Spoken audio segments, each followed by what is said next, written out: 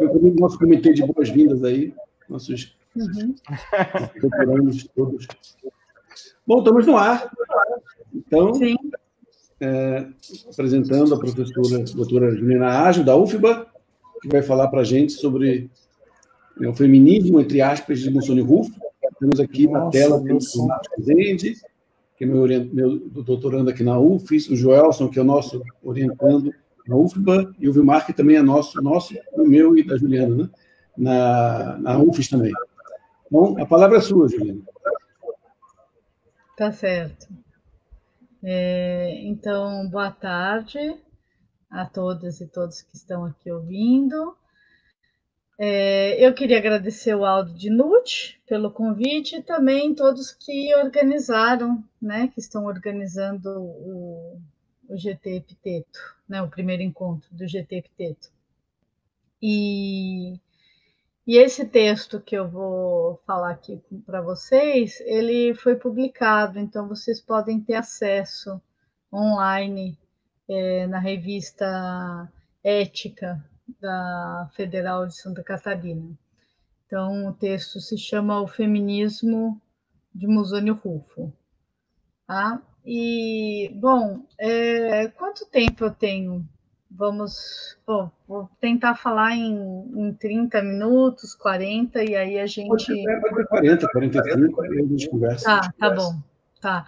Na verdade, então, o objetivo dessa minha fala é analisar duas diatribes do Musoni Rufo, duas diatribes em que o histórico Musoni Rufo defende o ensino de filosofia para as mulheres. E as diatribes são as seguintes: que as mulheres também devem filosofar, e que, enfim, só para salientar que Aldo Dinucci que fez as traduções das diatribes, tá? Então, também fez um trabalho conjunto aqui. Então, está publicado o texto e as duas diatribes, que são a diatribe 3, né, que as mulheres também devem filosofar, e a diatribe 4, do se deve educar as filhas semelhantemente aos filhos. E o Luiz Marcos Fontes, foi eu e o Luiz Marcos Fontes que traduzimos. Sim, isso. Você e o Marcos Fontes, isso. Bom, então, nessas duas diatribes, o Musoni Rufo ele defende o ensino de filosofia para as mulheres, né? E o meu objetivo aqui é verificar se essa sua defesa permitiria atribuir à sua filosofia um certo feminismo. E eu coloco aqui feminismo entre aspas, eu vou explicar por quê, né? Esse é meu objetivo, porque, por um lado, nós vemos que há uma visão ousada para a época que propõe a igualdade entre homens e mulheres com base em argumentos humanistas, né? Mas, por outro lado, há uma concessão irrestrita ao domínio masculino sobre as mulheres, como é próprio do costume, né, romano do primeiro século da nossa era. Então, por isso que eu digo feminismo entre aspas. O que eu quero dizer, né? Em primeiro lugar, é que esse termo, eu coloco entre aspas, porque esse termo é um termo anacrônico, né? Eu estou atribuindo anacronicamente para um filósofo do século I depois de Cristo. E o segundo motivo de estar, entre aspas, feminismo, é porque ele defende a igualdade, né, na educação para os homens e mulheres, tendo em vista uma igualdade natural das capacidades racionais, sensíveis e morais. Mas essa defesa ela tem como propósito reforçar a submissão da mulher ao homem, né? E, consequentemente, a manutenção do patriarcado. Então, me parece ser muito romântica uma visão de que os discursos que Musoni Rufo fez para os varões de Roma, né, os pais e os irmãos das mulheres romanas, pais, maridos, irmãos das mulheres romanas, esses discursos eles seriam apenas seriam apenas argumentos de cunho retórico, né, no sentido de que ele estaria preocupado efetivamente com a emancipação das mulheres romanas e que a filosofia ela seria uma ferramenta para essa, o ensino da filosofia seria uma ferramenta para essa emancipação. Bom, a gente sabe que é uma reivindicação feminista de que as mulheres pudessem estudar, né, assim como os homens. Inclusive uma reivindicação feminista que foi muito tardiamente, muito recentemente, de fato, instaurada na nossa realidade. Então, a gente está falando aqui do primeiro século da nossa era, né? Da Era Comum. Então, veja, eu acho que a gente não pode assumir isso, tá? De que seja um argumento retórico, apenas com o intuito de convencer os homens a permitirem essa educação, né? E que, uma vez educadas, as mulheres teriam mais instrumentos e força para lutar para a sua própria emancipação, como se fosse essa a intenção do Musônio. Claro que a gente não pode ter uma resposta definitiva sobre isso, tá? A gente não sabe exatamente a intenção, né? Mas eu acho que seria muito romântico dizer que seria uma intenção revolucionária, feminista, de Musônio Rufus ao propor o ensino de filosofia para as mulheres, tá? Bom, então o que eu quero mostrar é que há argumentos, né, que vão além do tempo para Musônio Rufus, né, em que Musônio Rufus vai além de seu tempo, mas também há argumentos em que ele se configuram como um homem de seu tempo, que adere aos costumes de sua época, ao patriarcado romano. Então, ele defendeu que toda mulher deve filosofar e, portanto, deve ser ensinada para tanto, assim como os homens, né? E também é verdade que o acesso à educação, como eu disse, sempre foi uma reivindicação feminista, mas aí, daí não se segue que ele seja um filósofo feminista, né? Mas, de fato, ele, em algum sentido, foi além de seu tempo. Então, veja, Roma era uma sociedade, a Roma de sua época era fortemente patriarcal, né? E, ao mesmo tempo, ela abria espaço para certas opiniões que propunham a igualdade entre as mulheres e os homens, né? Dos antigos escritores, o que nós temos, né? Eu acho que Musônio Rufus fez a melhor defesa da igualdade entre gêneros, tá? Mesmo que ele não tenha sido original no assunto. É claro que ele tem um débito a Platão e a ética estoica, né? E Nussbaum, ela mostra isso, de que Musônio é devedor de Platão, né, das ideias que Platão coloca ali na República, e também, possivelmente, da própria República de Zenão, né? E há outras obras que defendem a mesma coisa, ou seja, que as mulheres possuem as mesmas qualidades morais que os homens. Por exemplo, em Cleantes, né, que escreveu sobre o fato de que as mesmas virtudes pertencem ao homem e à mulher, e também isso está lá registrado em Diógenes Laércio, e também uma obra de Crisipo, que defende a mesma coisa, conforme o testemunho de Filodemo, lá no De Fato, tá? Bom, mas, a meu ver, foi a melhor defesa dos antigos. Por quê? Bom, diferentemente de Platão, que foi um filósofo ateniense, né, do século V a.C., que disse que apenas a mulher que tenha uma natureza, que tenha por natureza, né, uma alma filosófica, deve ser educada na filosofia. O que Musônio Rufus diz? Que todas as mulheres, todos os homens e mulheres têm as mesmas capacidades intelectuais e morais, então por isso devem receber a mesma instrução, independentemente do seu gênero e da sua classe, tá?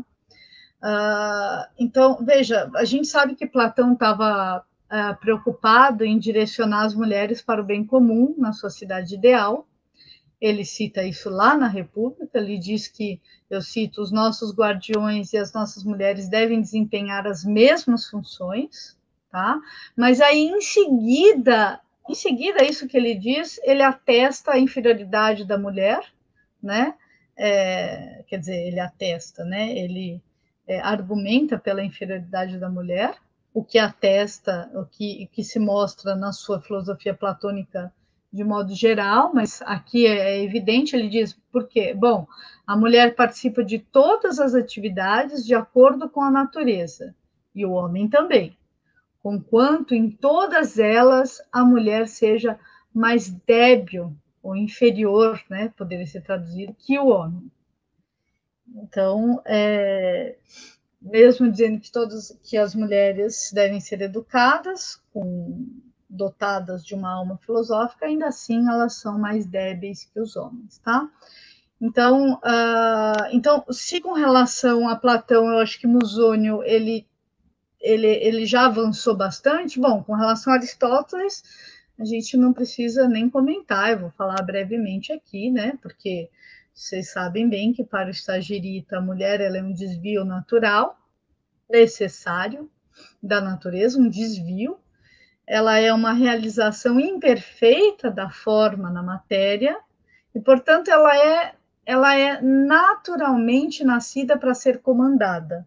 E o homem, por sua vez, para comandar. Então, naturalmente nascido para comandar. Então, a mulher ela não teria autoridade para comandar e ela deve obedecer ao homem.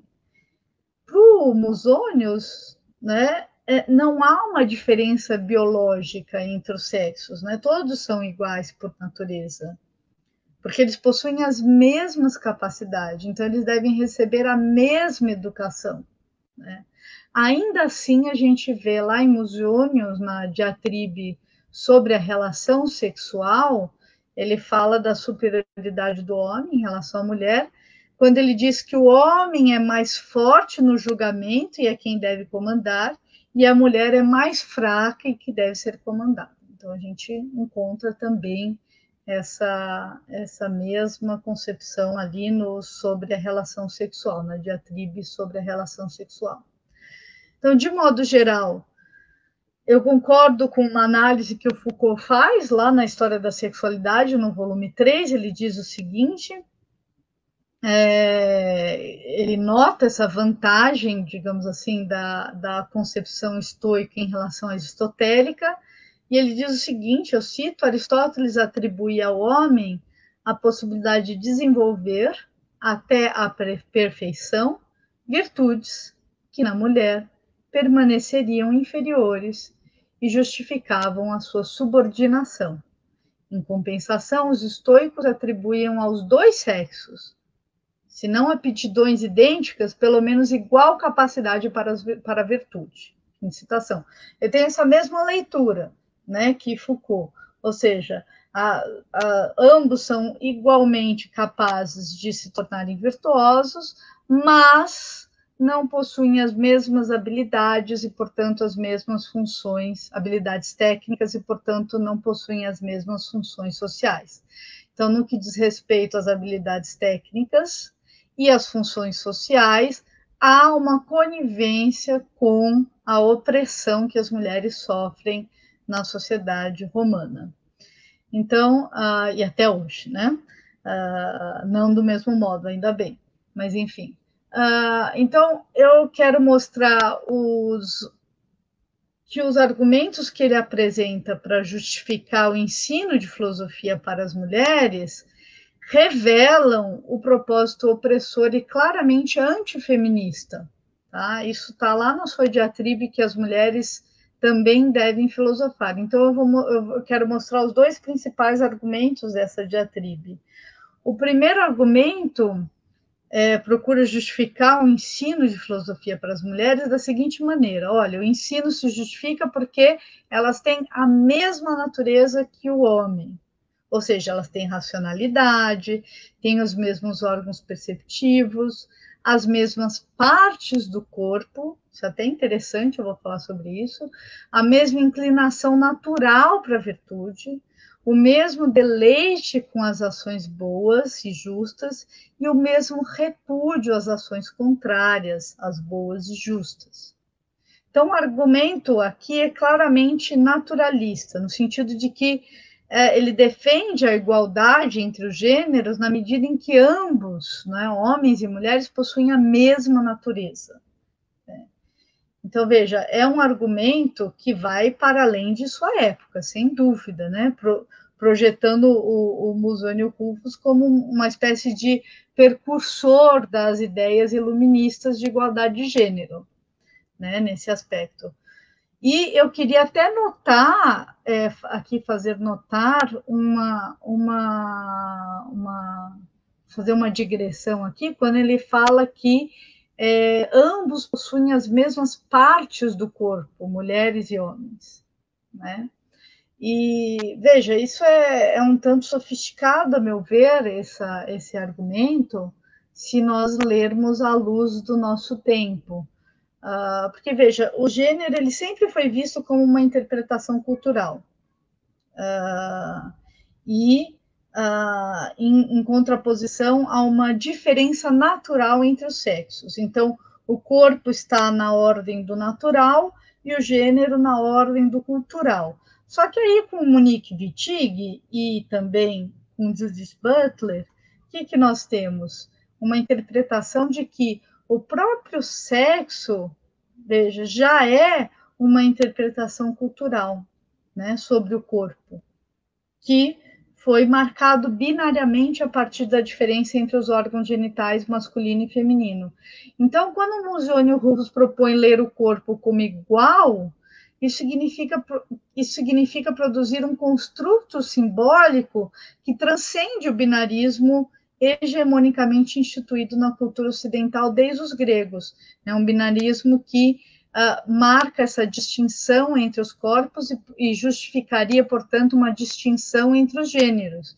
Isso tudo está sendo questionado pelas feministas, né? A começar por Simone de Beauvoir, que vai questionar essa distinção natural entre o gênero. Não há uma distinção natural, há uma distinção construída culturalmente, e também depois com Judith Butler, Monique Wittig depois do Judith Butler, há uma distinção não natural entre os corpos e os sexos, né, desses corpos, mas uma distinção cultural, porque esse corpo já é lido culturalmente como distinto, né?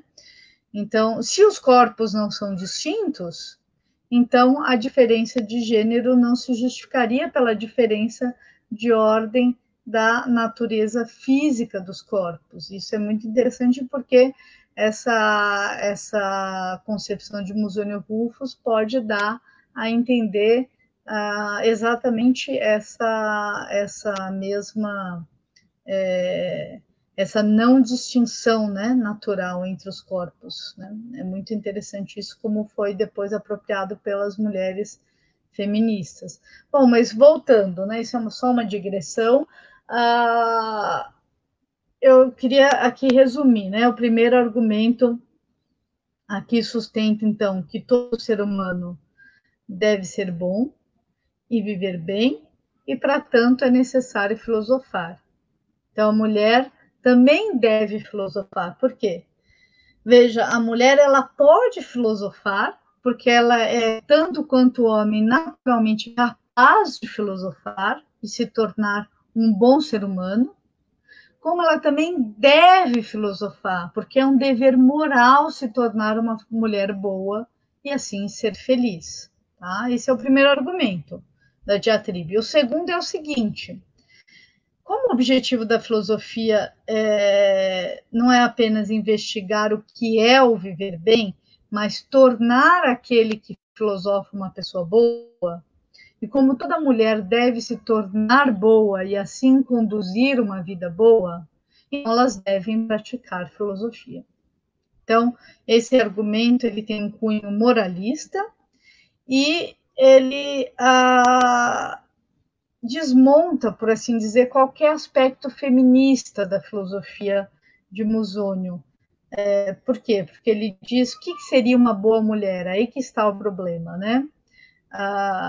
porque, veja, justifica o ensino da filosofia para as mulheres na medida em que essas mulheres vão se tornar boas mulheres. É aí que está o problema. Então, o que significa ser uma boa mulher em seu tempo? Significa ser uma boa dona de casa, ou seja, que saiba cuidar dos filhos, do marido e dos bens da casa e orientar os escravos, né? Então, que saiba exatamente aquilo para o que destina que saiba a que se destina a filosofia, né? Então, a que se destina a filosofia? A ensinar a distinguir o bem e o mal. Mas no caso da mulher, a distinguir o bem e o mal nos afazeres domésticos. Então, a filosofia de Musoni Rufus, nesse aspecto, se opõe a qualquer espírito crítico de ruptura com as estruturas sociais existentes, né, da sua época. E nada mais é do que um modo de adaptar o indivíduo às suas funções sociais já estabelecidas e reforçar o status quo. Então, no caso da mulher, essas funções certamente não eram compreendidas como opressoras, né? Mas eram o quê? Virtuosas, ordenadas, naturais à sua alma. Então, cumprir bem suas funções domésticas, para cumprir bem essas funções domésticas, a mulher deve estudar filosofia. Então, estudar filosofia significa o quê? Significa fazer com que a mulher cumpra bem as suas funções domésticas, ou seja, ela se tornará casta, controlada, justa e corajosa. E sendo casta, ela não será escrava dos apetites, nem se descontrolará diante dos desejos sexuais ilícitos, portanto, não cometerá adultério, o que sempre foi uma prerrogativa masculina. Sendo controlada e comedida, ela não será briguenta, né? Isso tudo que o Musoni diz, hein? Ela não será briguenta, ela não esbanjará os recursos, não usará roupas extravagantes, portanto, não esgotará os recursos provenientes do homem da casa. Essa seria uma mulher virtuosa, né?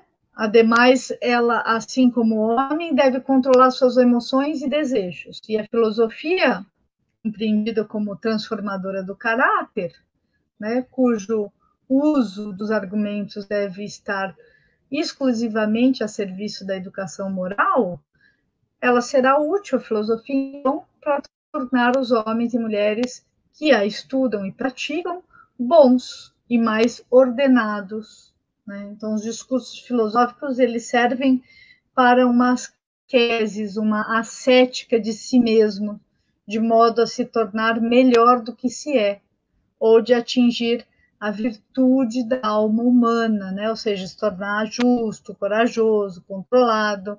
Então, em poucas palavras, a filosofia elas são argumentos éticos que modificam as paixões, portanto, o modo de ser e viver. E aqui, então, a filosofia deve ser entendida como modo de vida, né? E para isso é preciso uma prática austera de enfrentamento da dor, do medo da morte, como se a morte fosse um mal, o desapego da vida, como se a vida fosse um bem. Então, portanto, uma prática que libere o indivíduo dos seus medos, sofrimentos e escravidão aos desejos e prazeres. No caso da mulher, né, até aí tudo bem, mas no caso da mulher, sendo justa, ela será uma ótima esposa e uma ótima mãe. É isso que diz Musoni Rufus, né? Ela defenderá seu marido e filhos acima de tudo, amará seus filhos mais do que a própria vida, e ela estará livre da ambição e da arrogância, ou do desejo insaciável de ter mais e ser mais poderosa. Tá? Sendo corajosa, ela não será indolente diante dos sofrimentos. Ela enfrentará os poderosos sem temer a morte. Ela será, eu cito Musoni, será energética, forte diante da dor, preparada para alimentar seus filhos com seu próprio peito, para servir seu marido com suas próprias mãos, servir seu marido, e disposta a fazer coisas que seriam consideradas não melhores do que o trabalho dos escravos. Não seria esta mulher uma grande ajuda, né, para o homem que se casou com ela, um ornamento para seus parentes e um bom exemplo para todos que a conhecerem? Né? Fim de citação. Então, veja, esse argumento é de ordem moralista, sem dúvida nenhuma, e de uma moral que favorece a opressão dos homens sobre as mulheres. Né? Uma vez que se tornar uma boa mulher, significaria exercer bem a função que lhe é própria, ou seja, administrar bem a casa, servir ao homem, né? Evidentemente. Há um ponto inovador aqui, ele usa o termo filósofos para se referir à mulher, né? Ele fala que a mulher filósofa, né? Aldo traduziu por filósofo, mas porque não tem o termo feminino, só o termo filósofos, mas ele atribui à mulher esse termo, tá? Dizendo que essa mulher vai se tornar, é necessário que a mulher se torne filósofa, tá? O problema é que é necessário que ela se torne filósofa para servir ao homem. Então, o propósito que é problemático, né? Bom, há um outro ponto ousado aqui que eu gostaria de destacar, é que a mulher corajosa, ele cita aqui, eu vou citar Musônio, né? Ele diz o seguinte: essa mulher corajosa não se submeterá nem por medo da morte, nem por hesitação diante da dor a algo vergonhoso, nem se curvará a ninguém porque é de nobre estirpe, ou porque é poderoso, ou porque é mais rico, ou porque é tirano. Então, disso nós podemos inferir o quê? Né? Que a mulher não vai se submeter à tirania do marido ou de qualquer outro homem, por qualquer motivo que seja. Então, se ter coragem é não se submeter, então o ensino de filosofia poderia ser usado para encorajar as mulheres na sua emancipação diante da opressão masculina. Só que, infelizmente, não parece ter sido essa a intenção de Musônio. Sua intenção era convencer os maridos a deixarem suas esposas aprenderem filosofia para que elas se tornassem o quê? Esposas virtuosas, ou seja, bem adaptadas às necessidades masculinas de manutenção do seu poder. Então, a sua intenção fica explícita do seguinte modo, eu vou citar aqui, olha, praticando filosofia, a mulher serviria o homem com suas próprias mãos, e as coisas que alguns julgam servis, estas ela faria prontamente.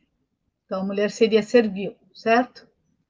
Então, não seria tal mulher uma grande vantagem, olha o termo aqui, vantagem para o cônjuge, ornamento para os parentes consanguíneos e útil exemplo para as que a conhecem? Né? Fim de citação. Então, veja, são dois argumentos que eu mostrei aqui, um de ordem naturalista, que defende o ensino de filosofia para as mulheres, porque elas possuem a mesma natureza racional e sensível que a do homem, e isso é um grande avanço, sem dúvida nenhuma, e um outro que é de ordem moralista e que é um grande atraso, mas como a maioria dos filósofos, né? Que é o seguinte, defende que as mulheres devem filosofar para se tornarem boas, e se tornar boa significa o quê? Exercer bem o papel que lhe fora designado na sociedade romana patriarcal, né?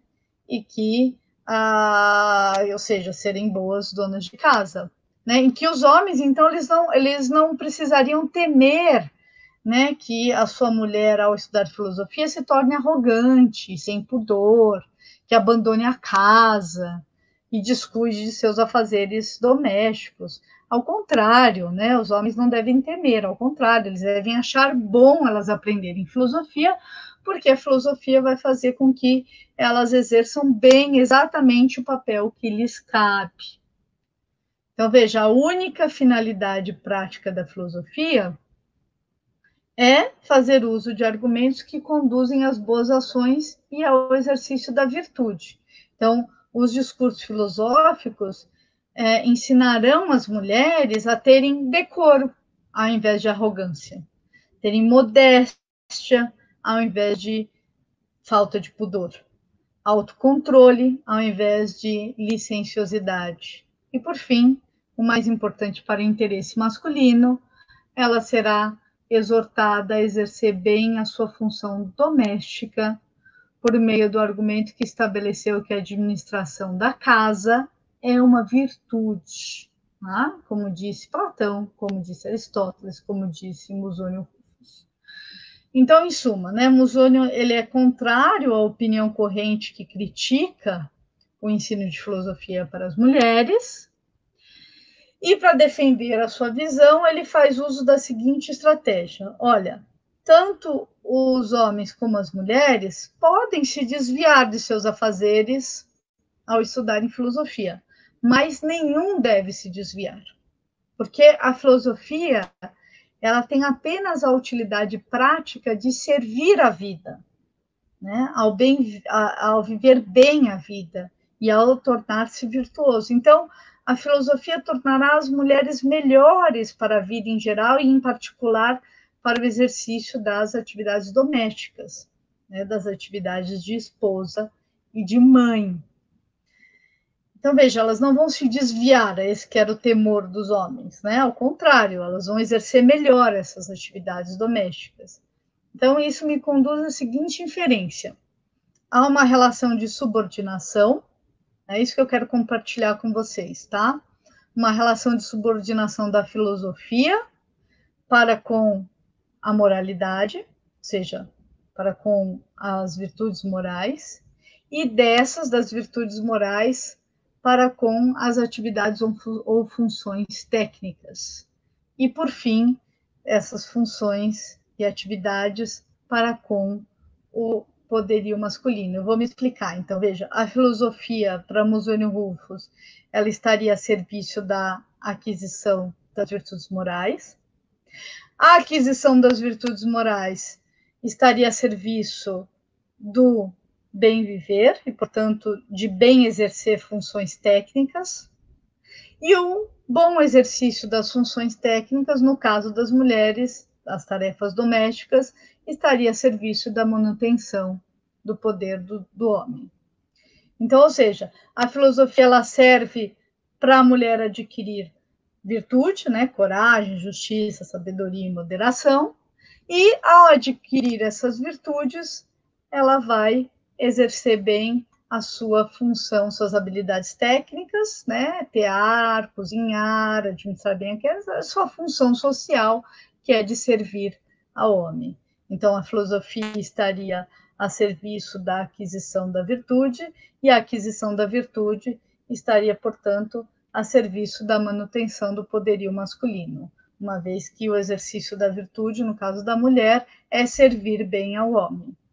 Então, o principal problema dessa concepção filosófica é que em nenhum momento o filósofo, né, o Musônio, se questiona se essas ações, né, essas atividades domésticas, cabem também às mulheres ou exclusivamente às mulheres. Em nenhum momento há uma concordância tácita de que os afazeres domésticos e o comportamento conforme a moral vigente traduzem a boa alma feminina.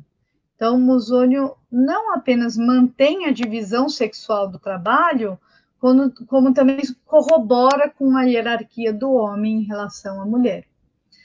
O fundamento que sustenta toda a estrutura argumentativa das duas diatribes pressupõe o domínio do homem sobre a mulher. O filósofo nunca questiona esse domínio. Esse é o ponto. Então veja, ao contrário, né, ele parece sustentar esse domínio ao fornecer seus argumentos. Então, embora ele enfatize a simetria entre os gêneros, né, não parece que ele quer mudar de modo algum a realidade social de submissão e opressão da mulher. E uma prova disso é que ele não faz nenhuma proposição no sentido de colocar a mulher no universo político para que ela possa exercer plenamente a sua racionalidade, a sua cidadania. Também, de maneira nenhuma, ele critica as convenções que confinam a mulher ao serviço doméstico, tá? Talvez uma crítica como essa seja demasiado ideal para um filósofo tão pragmático, que estaria tão somente preocupado em dar sugestões práticas para a sua audiência de pais e maridos. Então, Musônio certamente foi um homem de seu tempo, na medida em que ele defende a educação com vistas a transformar o homem em bom cidadão e a mulher em uma boa dona de casa. Então, a filosofia ela não ameaçaria de maneira nenhuma o poderio do homem, ao contrário, ela parece reforçar esse poderio.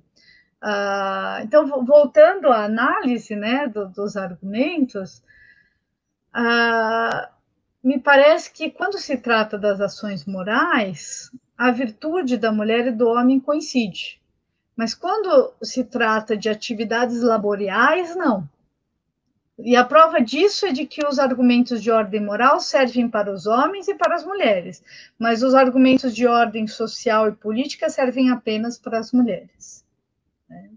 E Platão disse a mesma coisa, sem dúvida nenhuma. Ele diz que a virtude do homem é administrar bem a cidade, enquanto a da mulher é administrar bem a casa. Ele fala isso lá no Mênon.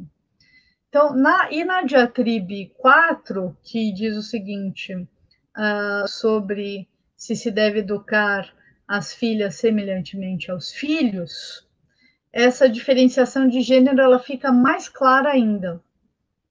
Né? No início, ele faz uma defesa de que ambos os gêneros devem desenvolver as mesmas virtudes, por meio da mesma educação, né? Agora, a diferença se encontra onde? Na utilidade social da virtude. Então, a virtude moral, ela tem uma utilidade prática evidente e condiz com a manutenção do status quo da sociedade patriarcal romana, né? A necessidade da justiça é a de que, veja, de que nem o homem seria um bom cidadão se fosse injusto, nem a mulher administraria bem a casa se não o fizesse de modo justo. Então, veja, ser justa no caso da mulher é o quê? É ser uma boa dona de casa, é não errar com o seu marido. Então, cabe à mulher o exercício da virtude no âmbito privado, e o homem fica designado o papel social e político do bom exercício público da cidadania. Então, a coragem é útil para as mulheres para exercer uma outra função social que lhes cabe, que é defender seus filhos. Tá? Ele até compara as mulheres com as galinhas, né? Ele fala assim: de fato, é preciso que também as mulheres estejam prontas para repelir um ataque, se não querem parecer mais covardes do que galinhas ou outras aves fêmeas que, por seus filhotes, lutam contra animais muito maiores. Bom, fim de citação. Aqui é claro que a mulher ela vai ser comparada aos animais, e então um lugar natural da mulher, né? Um destino. A mulher está destinada a essas funções, a cumprir essas funções. Então, por um lado, é interessante que, por um lado, Musônio exalta a força física das Amazonas, mas, por outro lado, ele fala que há uma inferioridade física natural da mulher em relação aos homens, né? E a gente sabe que o mito da inferioridade física da mulher é cultivado há séculos e justificaria a naturalização da atribuição de funções domésticas às mulheres, né? Então, veja, e mesmo havendo o exemplo das Amazonas, que ele exalta, ainda assim ele justifica a inferioridade física das mulheres, tá? E a gente sabe que essa diferença física ela é fruto de um condicionamento social de uma dada cultura e não um dado da natureza. Isso é importante, né, colocar, porque sempre foi colocado como um dado da natureza essa inferioridade. Veja, a gente pode ver até um exemplo de Angela Davis, lá no seu livro Mulheres, Raça e Classe, que ela diz, olha, as negras escravas evidenciavam uma força física igual ou mesmo superior aos negros escravos. Tá? Isso era evidente. Então, isso não essa diferença física, ela é uma construção social e não um dado da natureza, né? Então, veja, qual é o grande problema, né? O que eu vejo? O problema é que há uma naturalização nessa filosofia de Musoni Rufus, há uma naturalização da diferença social entre o gênero. Então, mesmo que sejam por naturezas iguais em termos de capacidade, ainda assim há uma diferença social que é justificada ali filosoficamente, tá? Isso favorece certamente a opressão que as mulheres sofreram. Então, naturalizar o que não é natural significa favorecer uma opinião, fornecer, uma opinião, um caráter de imutabilidade, de verdade absoluta, um ar metafísico que impede o questionamento, a luta pela mudança. E pior, mascara as intenções políticas dessa produção de saber, que é propriamente manter a opressão. Então, se é natural a diferença entre homens e mulheres, e essa natureza justifica a inferioridade e, portanto, a opressão, então o saber que produz essa naturalização reproduz o poder hegemônico instituído do homem sobre a mulher. E Musônio não foi, nesse aspecto, diferente da avassaladora maioria dos filósofos, todos homens, inclusive, né, evidentemente. E se a filosofia ela tem como função ensinar as virtudes morais e justificar a manutenção das diferenças sociais, então nada melhor do que ensinar filosofia às mulheres. Elas serão moralmente virtuosas e assimilarão a crença na natureza de gênero, crença essa bem alicerçada em uma concepção metafísica da natureza da mulher. Então, a filosofia transformará as mulheres em boas mulheres, né? E isso vai repercutir positivamente na realização de suas funções sociais e tarefas domésticas. E ainda justificará a crença de que a realização de suas funções são pré-determinadas por uma suposta natureza física frágil e sua capacidade natural de parir, servir e cuidar dos filhos e dos maridos.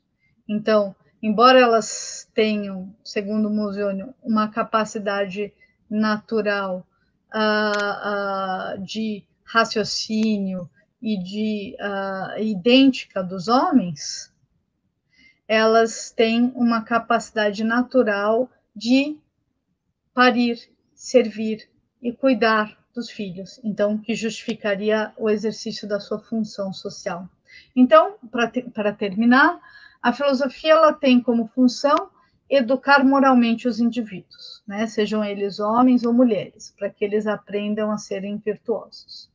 A diferença nas habilidades técnicas, como saber tear ou praticar ginástica, bem como as diferenças nas funções sociais, como cuidar da casa ou dos negócios da cidade, não justificaria a diferença na educação moral. Mesmo porque a educação moral está acima da educação técnica e deve ser idêntica para todos. e, em se tornando virtuosos, realizam suas tarefas sociais do melhor modo possível. Tarefas essas que diferem por natureza entre homens e mulheres, visto que a natureza do homem difere da natureza da mulher, né, segundo Musônio Rufo. Então, em resumo, depois que ele argumenta que ambos, homens e mulheres, devem possuir as mesmas virtudes morais, a inferência inicial pode ser sustentada, ou seja, de que ambos devem receber a mesma educação, né? Então, certamente, veja, defender que a mulher aprenda filosofia seria uma revolução feminista avant la lettre, se não fosse pelo seu propósito absolutamente machista. Então, Musônio Rufo ele vai além do seu tempo ao defender o ensino de filosofia para as mulheres, mas também ele não deixa de ser um homem em seu tempo ao defender a manutenção da opressão das mulheres por meio da educação moral, né? Por meio, portanto, do ensino de filosofia. Então, nós não poderíamos chamar, a meu ver, a sua filosofia, como quis Nussbaum, de um proto-feminismo ou de um feminismo incompleto, a meu ver. Nós devemos a alcunha, digamos assim, a alcunha merecida da sua filosofia é de um feminismo entre muitas aspas. É isso que eu queria dizer e eu agradeço. Obrigado, Juliana, pela excelente palestra.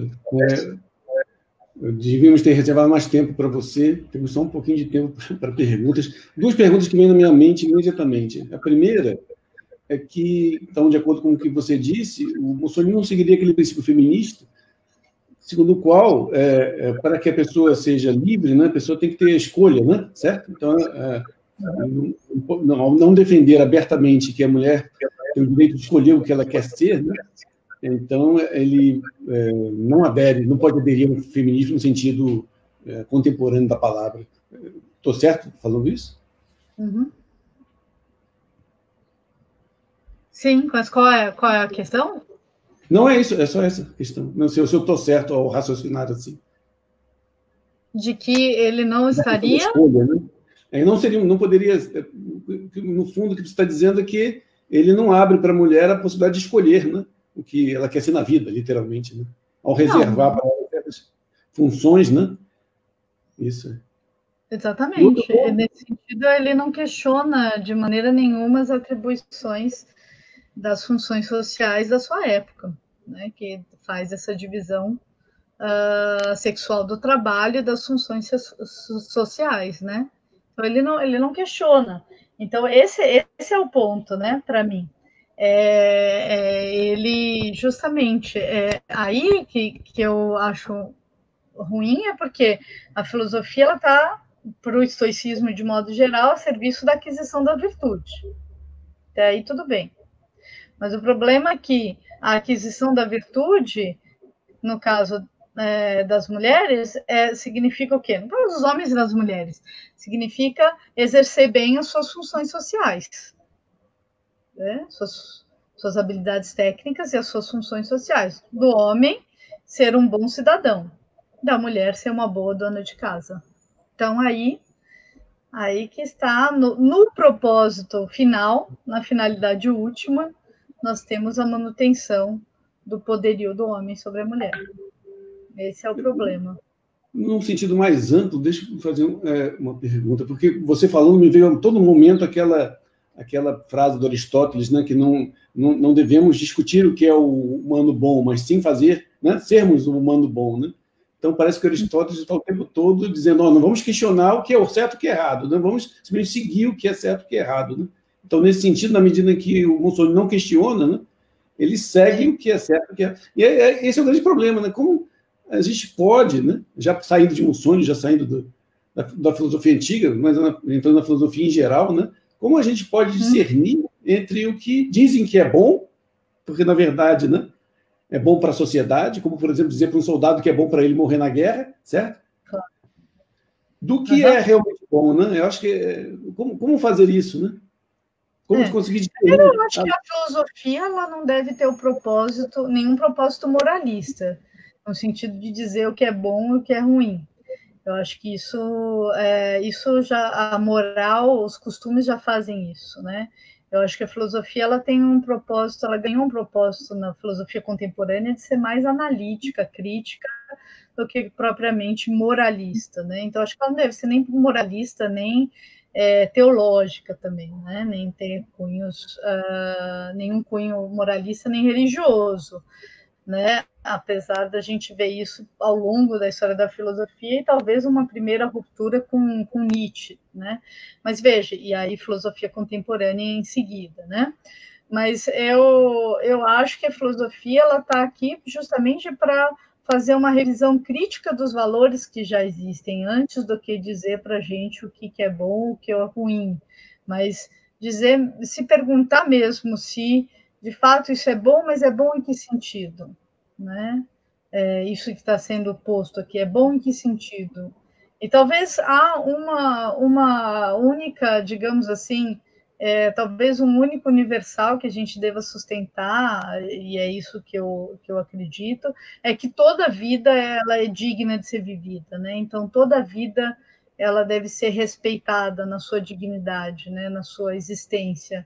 Então nesse sentido, qualquer coisa que viole a dignidade, o respeito à vida de qualquer um deve ser então considerado ruim. Nesse sentido, eu acho que a única coisa que a gente poderia sustentar enquanto universal, um imperativo, digamos assim, né, universal, inquestionável, é de que toda vida tem o mesmo valor. Fora isso, eu não consigo pensar em nenhum outro, assim, no sentido, então, nós temos que respeitar, sabe, a gente não deve promover, então, violência, opressão, tortura, genocídio, assassinatos e todos os tipos de opressões. E aí, para mim, a filosofia ou ela serve para mostrar exatamente o que é opressor, e aí, nesse sentido, então, o que é opressor estaria do lado do que a gente poderia chamar de ruim, né? E a filosofia, o lado que seria bom, seria justamente a libertação das opressões, né? Eu acho que a filosofia parece assumir, ou urge que a filosofia assuma esse papel no tempo atual. Eu diria um pouco isso, assim. Maravilha, Juliana, maravilha. Realmente é fantástica a sua apresentação para nós. Juliana, que é uma das fundadoras do GT Epiteto, né? E está com a gente desde o princípio. E a gente está na parceria já de um bom tempo aí, trabalhando. Obrigado pela sua participação. Ficaram questões aqui, mas as questões é fácil você acessar. Elas vão estar lá no Facebook. É só chegar lá e, se quiser, eu te mando também. O pessoal aqui fez umas perguntas. E é isso aí. Certo. Muito obrigado. Obrigada, eu que agradeço, então. Deixa eu ver se o Marcos apareça aí só para dizer um tchau. Deixa eu colocá-los aí na tela. Então, tchau. Oi, Juliana. Obrigado pela apresentação, excelente trabalho. Obrigada, um abraço. Obrigada. Tchau, tchau. Até breve, tudo de bom. Até breve. Tchau, tchau.